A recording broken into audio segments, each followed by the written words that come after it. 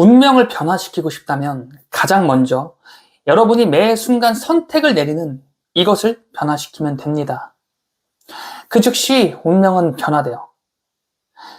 정말 정해진 운명이라는 게 존재할까요? 태어난 연월시에 따라 정말 정해진 운명이라는 게 존재해서 어떤 누군가는 막힌 돈줄이라는 게 처음부터 애초에 존재하지 않는 그런 인생을 살게 되고, 또 어떤 누군가는 도무지 풀리지 않는 여러 가지의 문제 때문에 삶을 결국 포기해버리고 마는 이러한 흐름이 정말 존재하는 것일까요? 이번 영상은 이에 대한 이해를 5차원적 가능성으로 풀이해보는 영상입니다. 만약 내 운명은 어차피 정해져 있다라고 그렇게 믿고 계신 분이라면 지금 이 영상을 끄고 나가셔도 돼요. 하지만 만약에 조금이라도 여러분 자신에 대한 가능성을 믿고자 하는 그 마음이 있으시다면 이 영상을 끝까지 봐주시길 바라겠습니다. 단 5분이라는 시간 안에 여러분의 삶은 변화될 것입니다. 제가 이렇게 확신하며 말씀드리는 이유는 저의 메시지가 훌륭해서가 아니에요. 여러분의 마음에 존재하는 그 가능성, 나 자신에 대한 가능성을 믿고자 하는 그 마음이 궁극적으로는 여러분의 삶을 변화시키는 겁니다. 어차피 여러분은 시간이 지나면 지날수록 자신의 가능성을 더 믿는 방향으로 여러분의 삶이 나아가셨을 거예요. 굳이 이 영상이 아니라도 말입니다. 다만 이 영상으로 인해 여러분의 그 시행착오가 3년에서 1년으로, 1년에서 단 3개월 만으로 그 기간이 대폭 줄어들었을 뿐인 거죠. 만약 여러분이 지금까지 쌓은 그 노력이 임계점에 이미 도달한 상태였다면 이 영상을 보는 5분, 10분이라는 시간 안에 즉시 변화될 것입니다. 여러분이 그 가능성을 믿으신다면 구독과 좋아요, 알림 설정으로 여러분의 무한한 가능성을 깨우시길 바랄게요. 이제부터 본론입니다. 저는 어릴 때부터 내 안의 가능성을 믿고 싶어 발악하는 사람이었던 것 같아요. 처음엔 그것이 다소 소극적인 태도였다면 나의 자존감이 점점 쌓일수록 더 적극적인 태도로 그렇게 변화되었을 뿐이었죠. 정말 무력한 상황 안에서도 곧 더 좋은 일이 있을 거란 그런 믿음이 있었고, 막연하게 왠지 나는 나중에 커서 잘 살게 될 거라는 그런 믿음이 있었어요. 딱 거기서부터 시작했습니다. 그러다 우연한 기회로 종교를 믿게 되었고, 그 종교를 통해 처음으로 이 가능성의 영역을 눈치채기 시작했어요. 그 사이비 종교는 아니고요. 친구 따라 교회를 가게 되었는데 약 6, 7년 정도 꾸준히 그 교회를 다니면서 내 안의 가능성을 그렇게 찾아갔던 것 같아요. 안심하셔도 되시는 게 이 영상을 통해 어떤 종교를 믿어라 라는 그런 말은 하지 않을 것이니 안심하셔도 되시겠고요. 다시 돌아와서 1차적으로 저의 가능성을 깨운 매개체는 분명 종교를 통해서가 분명해요. 그런데 지금 생각해보면 어쩌면 이와 같은 과정도 저는 분명히 필요했다라고 생각합니다. 왜냐하면 종교를 믿기 전에 저는 자존감도 그리고 저에 대한 어떤 자신감도 심히 결여되어 있는 상태였거든요. 그런데 종교를 통해서 어떠한 사랑이라는 감정을 느끼게 되었고, 더 나아가 내 삶에도 분명한 이유가 존재한다는 것을 그때 깨달을 수 있었어요. 내 안의 사명, 나는 사람을 위로하는 사람이 된다. 이 사명을 찾아내기 시작하면서 저의 삶은 한 차례 크게 변화되게 됩니다. 그리고 여러 가지 크고 작은 사건들이 있었지만 제 삶의 가능성을 굳게 믿게 된 사건은 다름 아닌 시크릿 책을 통해서였어요. 시크릿 책을 읽으면서 내 생각이 내 삶을 변화시킬 수 있구나. 그 가능성의 실마리를 비로소 찾아낼 수 있었고, 끌어당김의 법칙이라고 하는 이 우주의 법칙을 찾아낼 수 있었어요. 물론 시크릿 책을 읽고 난 그 직후엔 이러한 변화를 크게 감지하진 못했어요. 하지만 이 가능성을 깨달은 이후 점점 제 삶은 조금씩 변화되기 시작했죠. 특정 종교에 기대어 나의 가능성을 찾아낼 수 있었다면 이제는 나 스스로 나의 두 다리로 일어설 수 있을 정도로 나의 내면이 강인해지니 이제는 나 스스로 일어서서 그렇게 걸을 수 있게 된 겁니다. 그때부터 저는 제 자신을 믿기로 했어요. 그리고 이 세상은 그런 저에게 한 가지 시련을 전해주며 이러한 믿음이 굳게 내 안에서 자리 잡을 수 있도록 어떠한 기회를 제공하게 됩니다. 그 시련을 통해 나 스스로의 가능성을 인식하기 시작했고 처음으로 운명이라는 것에 관심을 갖기 시작했어요. 그리고 비로소 5차원 세계에 대한 가능성을 깨닫기 시작했죠. 이에 대한 과정이 궁금하신 분들은 이번 영상 마지막에 게시해둔 영상을 봐주시면 되겠고요. 지금부턴 제가 깨달은 운명이라는 것의 개념, 그리고 나의 무한한 가능성이 운명에 관여하는 원리에 대해서 말씀드리도록 하겠습니다. 구독과 좋아요, 알림 설정으로 여러분의 무한한 가능성을 확인해 보시길 바라겠고요. 자, 이를 설명하기 위해 한 가지 예시를 먼저 들어보겠습니다. 오늘 저녁 뭐 먹지? 이런 고민을 한번 이어가 볼게요. 이때 여러분이 선택할 수 있는 선택지는 최소한 그 지역에 있는 음식점의 개수만큼 많을 거예요.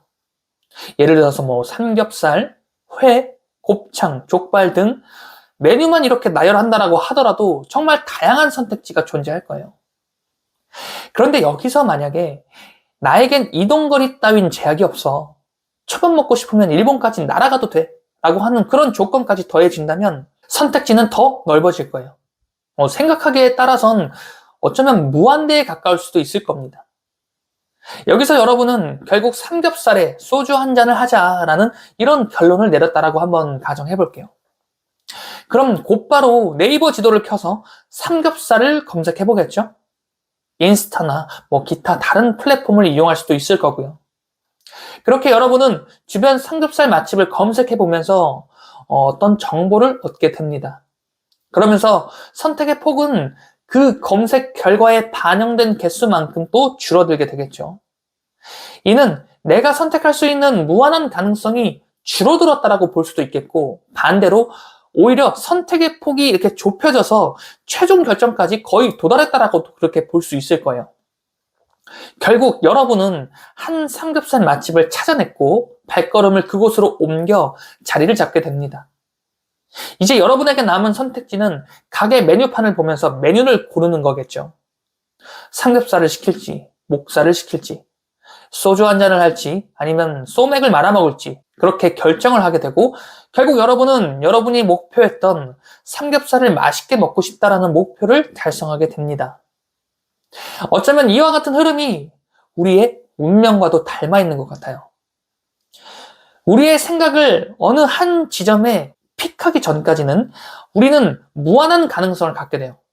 삼겹살을 먹을 수도 있고, 곱창을 먹을 수도 있고, 지역을 옮겨서 그 지역의 대표 메뉴를 먹을 수도 있겠고, 국가를 이동할 수도 있겠으며, 또 누군가의 초대를 받아서 가정식을 먹을 수도 있겠죠. 아무것도 선택하지 않았기 때문에 모든 가능성을 내가 품을 수 있는 겁니다. 하지만 이 무한한 가능성을 품게 될 때 인간이 느끼는 감정은 막연함, 공허함, 이런 결정장애 같은 그런 감정을 느끼게 돼요. 왜냐면 무한한 가능성을 바라보고 있기에 내 생각이 어느 지점을 그렇게 픽하지 못했다면 결국 무엇 하나 제대로 선택하지 못하기 때문입니다.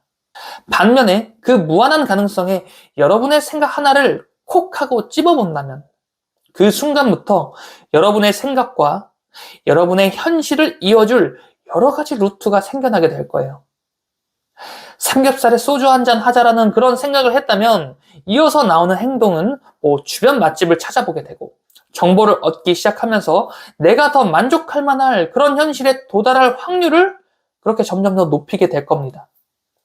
내 생각이 구체적인 목표 하나를 콕 집음으로써 우리의 행동 라인이 좁혀지게 되는 거예요. 끌어당김의 법칙에선 이를 가리켜 심상화, 시각화라고 표현하죠. 내가 도달하고 싶은 운명에 점 하나를 찍게 되면 그 순간 나의 현실과 그 목표를 잇는 나의 길, 나의 방향성이 나타나기 시작합니다. 이렇듯 인간은 생각을 통해 자신의 미래를 선택할 수 있어요. 그리고 그 목표 지점까지 도달하게 할 수 있는 크고 작은 선택들이 또다시 모이고 모여 또 구체적인 상황을 만들게 되죠. 그리고 이러한 상황이 모여 결국 우리의 삶을 만듭니다. 그런데 여기서 또다시 한번 상황을 바꿔볼게요. 여러분이 설정한 그 최종 종착점을 한번 옮겨보는 거예요. 최초의 삼겹살에 소주 한잔 하겠다라는 목표를 바꿔서 갑자기 곱창이 땡기는 상황이라고 한번 가정해볼게요. 이때도 여러분의 선택지는 다시 또 나뉠 수가 있는데, 나의 그 마음을 내려놓고 삼겹살집에 들어왔으니까 그냥 먹자라는 그런 생각과 즉시 자리에서 일어나 다시 곱창집으로 향하고자 하는 그 여정을 선택하는 것. 크게 보면 또다시 이렇게 나뉠 수 있겠죠. 이 선택지 사이에서 여러분이 선택하는 방향에 따라서 여러분의 저녁 식사는 크게 달라지게 될 겁니다. 여러분의 인생도 이와 같아요. 그리고 우리가 말하는 그 운명이라고 하는 것도 이와 같습니다. 만약 지금 여러분의 현실을 변화시키고 싶다면 가장 먼저 여러분이 하셔야 할 일은 내 인생의 최종 종착점을 변경해야 한다는 거예요.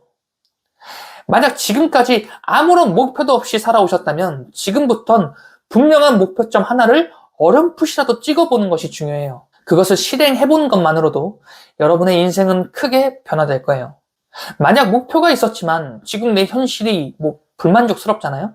그럼 일단 지금 현재 상황부터 다시 한번 점검해 보셔야 돼요. 지금 이 부정적인 감정이 목표를 이루는 과정 중에 하나인 것인지, 그래서 내가 이것을 극복해내야만 하는 어떠한 장애물인 것인지 먼저 그렇게 스스로 판단해 보셔야 하고요. 만약 도저히 이것을 극복하지 못하겠다라고 판단된다면, 그래서 내 인생 최종 종착점에 그렇게 도달했을 때 결국 내가 웃고 있지 못하는 결과라면 그땐 즉시 나의 종착점을 변경하셔야겠죠. 그런데 만약 그 종착점이 내 인생에서 반드시 달성해야만 하는 어떤 무언가가 분명하다면 그땐 여러분은 결단하셔야 합니다. 목표로 향하는 그 길에서 오는 장애물을 돌파해내셔야만 하는 그런 결론을 스스로 내려야만 하는 거예요. 만약 계속해서 나의 자의식 때문에 어떤 타인의 조언을 받아들이기가 어렵고 그래서 새로운 지식을 습득하는 게 힘들어요. 게다가 자존심 때문에 일을 그르친 적이 한두 번이 아니야. 그럼 자의식을 내려놓고 나의 목표만을 바라보면서 다시 한번 판단해보는 겁니다. 내가 지금 당장 해야 할 일은 무엇이지? 내 현실과 나의 최종 목표만을 놓고 그렇게 메타인지 해본다면 분명 결론은 쉽게 나올 거예요. 일단 자존심을 내려놓는 연습부터 해야겠다. 내 인생 최종 종착점만 생각한다면 비교적 답은 항상 심플하게 나온다는 겁니다. 우리의 삶은 이처럼 크고 작은 선택들로 이루어져 있습니다. 그리고 운명은 여러분의 이러한 선택들로 인해 결정되죠. 운명을 변화시키고 싶다면 가장 먼저 여러분이 매 순간 선택을 내리는 그 선택의 결을 변화시키면 됩니다. 그 즉시 운명은 변화돼요. 평소 내 선택에 이러한 어떤 영향을 주는 요소들로는 내 삶의 가치관, 종교적 관점, 교육 수준, 내 주변의 어떤 시선, 내 안의 자아, 자의식, 자존심 등 여러 가지의 요소들이 복합적으로 작용하면서 우리는 최종 선택을 하게 됩니다. 결국 운명이란 나의 내면이 현실에 반영된 무언가이고 이것이 곧 내 생각이 나의 현실을 만든다는 끌어당김의 법칙입니다. 여러분의 운명을 바꾸고 싶다면 가장 먼저 나의 선택의 결에 영향을 주는 내면의 여러 가지의 요인들을 변화시키면 돼요. 만약 여러분의 선택을 지배하는 요인이 자의식, 자존심과 같은 그런 감정이라면 이것을 극복하고 변화시키는 순간 여러분의 선택의 결은 변화될 것이고 그로 인해 여러분의 삶은 점점 더 크게 변화될 겁니다. 모든 가능성은 결국 여러분 안에 존재한다는 사실을 기억해 주셨으면 좋겠어요. 성공은 여러분이 누려야 할 분명한 권리라는 사실을 오늘도 기억하시고 여러분의 작은 성공을 쌓아가시길 바라겠습니다. 우리는 반드시 성공합니다. 지금까지 5차원 레온이었습니다. 영상 시청해주셔서 감사합니다.